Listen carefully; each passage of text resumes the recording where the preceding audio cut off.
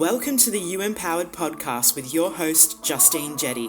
If you want to unlock your potential and step into the most authentic, healthiest, and happiest version of you, then you're in the right place. Each week, we'll dive into practical, evidence-based strategies for your habits, mindset, and health so you can create a life and a body you love. Let's get into it. Welcome back to the You Empowered podcast. I'm your host, Justine Jetty, and today we are going to be talking about something that I see so many women struggle with, but rarely admit out loud, and that is emotional eating. Now, you might not know this about me, but for many years I struggled with emotional eating. Before I became a coach, I worked in the corporate world in an office job. And I'd finish work, I'd walk through the door and I'd head straight to my pantry or my fridge. And I'd either get into a packet of chips or some cookies or whatever was there that I felt like having, maybe some chocolate or even a glass of wine. And at the time, I didn't know why I did this, and it became such a routine habit for me. Looking back, I realized that I was using food to cope with the stress of my job and the fact that I wasn't feeling fulfilled with it. I would also notice myself emotionally eating when I tried different diet methods, and I didn't realize at the time that they were overly restrictive, but looking back in hindsight, I saw that I would eat super healthy or be really good during the day, and that would turn into snacking in the evenings, or I'd be quote unquote super good for a few weeks, and then I'd eventually hit the fuck it button and sabotage. I don't know if you can relate to this, but this was a cycle that I was stuck in for many, many years, not understanding why I was doing what I was doing. And whilst the triggers were different, whether that was over restriction, stress, or sadness, the pattern was always the same, which was relief in the moment followed by shame right after. So if you've ever wondered why you keep sabotaging with food, and even when you know what to do but you're just not doing it, this episode is going to help you understand what's really happening underneath your emotional eating and what you can do instead. So I just want to start by sharing that emotional eating is not a willpower or a discipline issue. Every time I've heard a trainer or a coach tell their clients that they just needed to, remember their goals or, be more motivated or just remind themselves of why they were doing what they were doing, this really made me cringe. And I know how unhelpful this message is because I've worked with a coach who would tell me this, and whilst I know he was just trying to be helpful, it actually didn't equip me to fix the problem. It just made me feel like I wasn't capable of reaching my goals because no matter how hard I tried, I would just fall back into the same emotional eating patterns. So if you're a coach listening to this, please stop telling your clients that they need more willpower or discipline. Okay, I know that you mean well, but that is not the issue here. And by the end of this episode, you're going to understand why. So I think it makes sense to start with what emotional eating actually is. To put it simply, emotional eating is a coping mechanism.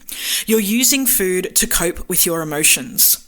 Sometimes it can be a combination of both unmet emotional needs as well as unmet nutritional needs, but it's always a way to cope. Whether that's coping with stress, with boredom, with overwhelm, with sadness, whatever your emotional state is.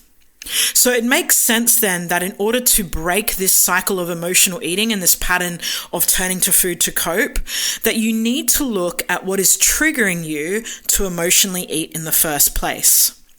This could be keeping a track of what your environment or circumstance causes you to emotionally eat, or noticing what the underlying emotion is.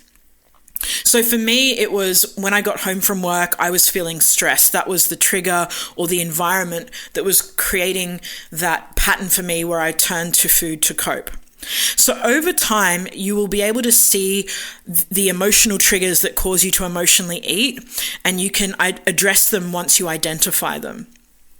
So going back to my example, it was stress and overwhelm from my job at the time that caused me to overeat or to emotionally eat, or it was the fact that I was trying various different diets and dieting methods that at the time I didn't realize were overly restrictive, but they were restrictive methods, and this caused me to emotionally eat as well.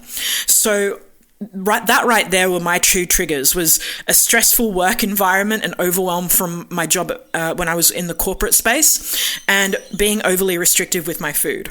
Okay, so once you recognize your own triggers, you can identify what the emotional need is that you have and how you can meet your emotional needs without turning to food.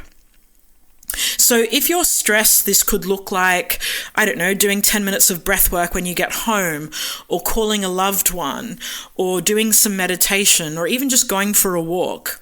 If you're noticing that what's triggering you to emotionally eat is that you're bored and that you're dealing with boredom, this could be scheduling in time to learn something new or create a new habit or hobby or routine. So you get the idea. Hopefully you can see that your emotional eating is not a personality trait, and it's not due to you not trying hard enough.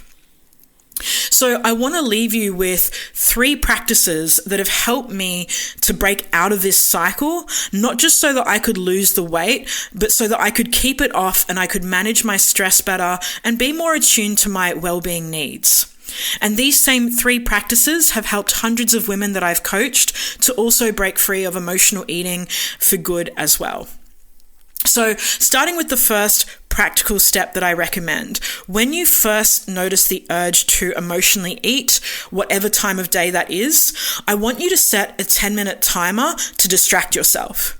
So you're going to set a timer, whether you use a phone, whether you use an actual timer, and you're going to do something completely unrelated to food. You could go for a walk, you could read a book, you could do some work, you could text or call a friend, you could do some housework, you could even do some breath work. Whatever it is, the goal in that 10 minutes is to override the desire to just rip into food and emotionally eat, and essentially create space for yourself between the urge and the action. Okay, so the first practical tip is set a 10-minute timer and distract yourself for that 10 minutes. What we found has happened is normally the urge to emotionally eat passes after that 10-minute window, usually before that. The second thing you're going to do is you're going to name the emotion and identify the need. So when you feel the urge to emotionally eat, I want you to pause and ask yourself, what am I actually feeling right now? Is it stressed? Is it bored? Is it lonely? Is it anxious? Is it exhausted? Whatever that is, I then want you to ask yourself the question, what do I actually need right now? And how can I give that to myself? If it's rest, maybe it's taking a nap. If you're stressed, maybe it's talking to a loved one or doing some breath work or some meditation. Whatever that is, look at how you can meet that emotional need. And the third and the final practical step that I want to give you is use an if-then plan. So pre-decide what your response to your emotional trigger is going to be. So for example, if I feel stressed after work, I'm then going to walk outside for 10 minutes. If I crave sugar after dinner, I'm going to make some tea and read a book. So you're using an if and then plan and predetermining what your response to the trigger is going to be, which in the moment is going to be easier for you to execute it. Emotional eating isn't about being weak or broken or not being disciplined or having enough willpower. I hope this episode has shown you that. It's about learning what your emotions are trying to tell you and finding healthier ways to meet those needs so you're no longer turning to food or using food as a coping mechanism. If today's episode resonated with you, I'd love for you to subscribe, rate, and review this show. It helps more women just like you discover these conversations and get the support that they need. And if you're listening and thinking you'd like support to break free from emotional eating so you can be healthier, stronger, and fitter, and finally feel at peace with food and your body, you can book a call to see if coaching with me is the right fit for you. The link will be in the show notes. Remember, every time you pause and choose to respond differently, you're not just breaking the cycle of emotional eating, you're building trust with yourself. Until next time, take care.